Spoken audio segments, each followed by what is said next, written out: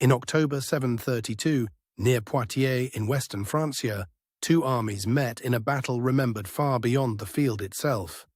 Its importance endures because it shaped how later generations imagined power, frontier, and survival in early medieval Europe. The world around them was unsettled. Frankish realms were divided by rival rulers, while the Umayyad expansion from Iberia had already crossed the Pyrenees into southern Gaul. Power in this era rested on alliances, tribute, and the loyalty of armed followers. Cities were smaller, roads rougher, and authority often depended on who could gather men quickly and feed them longer. The Frankish leader, commonly called Charles Martel, was not a king, but a mayor of the palace with growing military influence.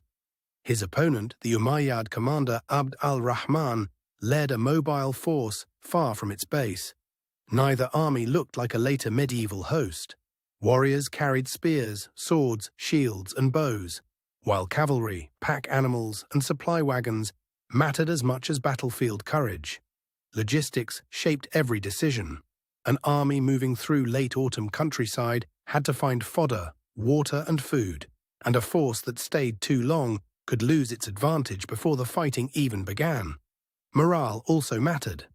The Franks fought near their own power base, while the raiding force had traveled deep into unfamiliar territory, carrying the pressure of distance and uncertain supply lines. The road to battle ran through the Loire Valley region toward the area between Tours and Poitiers. Sources disagree on precise details, but the broad movement suggests a meeting forced by maneuver and urgency. By the time contact became likely, both commanders had reasons to avoid a careless fight. One wanted to protect a vulnerable raid, the other wanted to stop it before it reached deeper and richer ground. The battlefield is usually associated with elevated ground near wooded areas, though exact placement remains debated. What matters is that terrain favored a defensive stance and made large cavalry sweeps harder. Autumn weather likely added to the strain. Cold air, damp ground, and shorter daylight would have slowed movement, tested horses, and made disciplined formations more valuable than speed alone. The opposing plans were different in style. The Franks appear to have chosen a compact defensive formation, while the Umayyad force likely relied on mobility, pressure, and attempts to break that line. At the opening, the armies tested one another with movement and caution. The first phase would have been less a dramatic charge than a tense exchange of positioning, noise, and restraint. The Frankish centre likely held firm, presenting shields and spears in a dense mass. That kind of formation could absorb pressure if it stayed disciplined and refused to be pulled apart. Skirmishers and mounted troops may have probed the edges, searching for weakness. But in constrained terrain, repeated attacks could become costly in time and momentum, even without a decisive breakthrough. The pressure point came as the fighting concentrated against the Frankish formation. Once the line held, the battle turned into a contest of endurance, not just maneuver. Some accounts suggest confusion over the fate of the Umayyad commander, while others emphasize the overall strain on his army. Medieval sources are late and partial, so certainty remains limited. The decisive movement may have been a shift in momentum rather than a single cinematic blow. Once the attacking force lost cohesion, the defenders could press the advantage and hold the field. Night, rumor, and uncertainty likely deepened the crisis. In early medieval warfare, an army that lost confidence could unravel quickly, especially far from secure supplies and familiar ground. When dawn came, the battlefield was no longer a place for renewed attack. The surviving force withdrew, and the Franks remained in possession of the field and the initiative. Immediate aftermath mattered as much as the fight itself. A retreating army had to preserve horses, wounded men, and supplies, while the victors had to decide whether to pursue or consolidate. The battle did not end conflict in the region, but it checked one major incursion.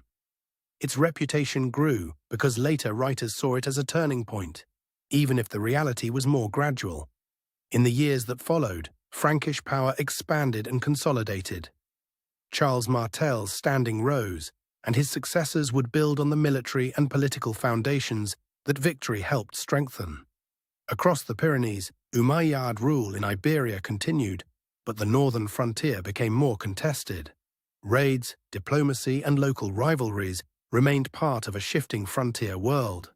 Historians still debate how large the armies were, how decisive the battle truly was, and how much later memory magnified its scale.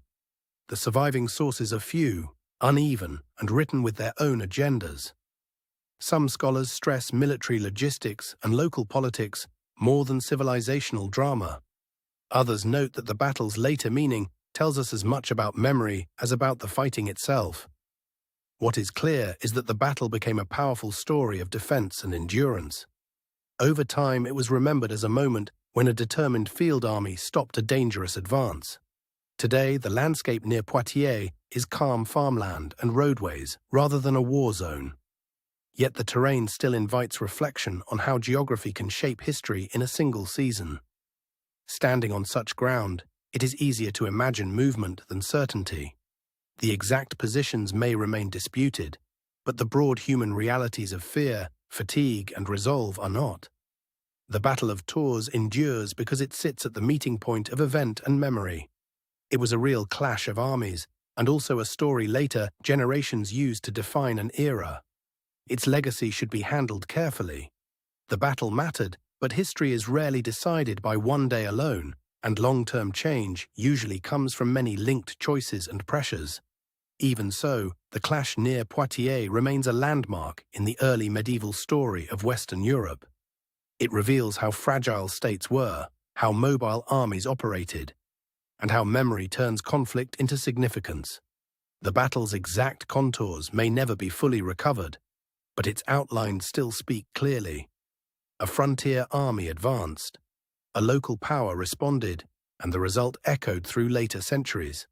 For viewers today, the lesson is not a simple legend of triumph. It is a reminder that history is made in difficult terrain, under pressure, with incomplete information and limited time.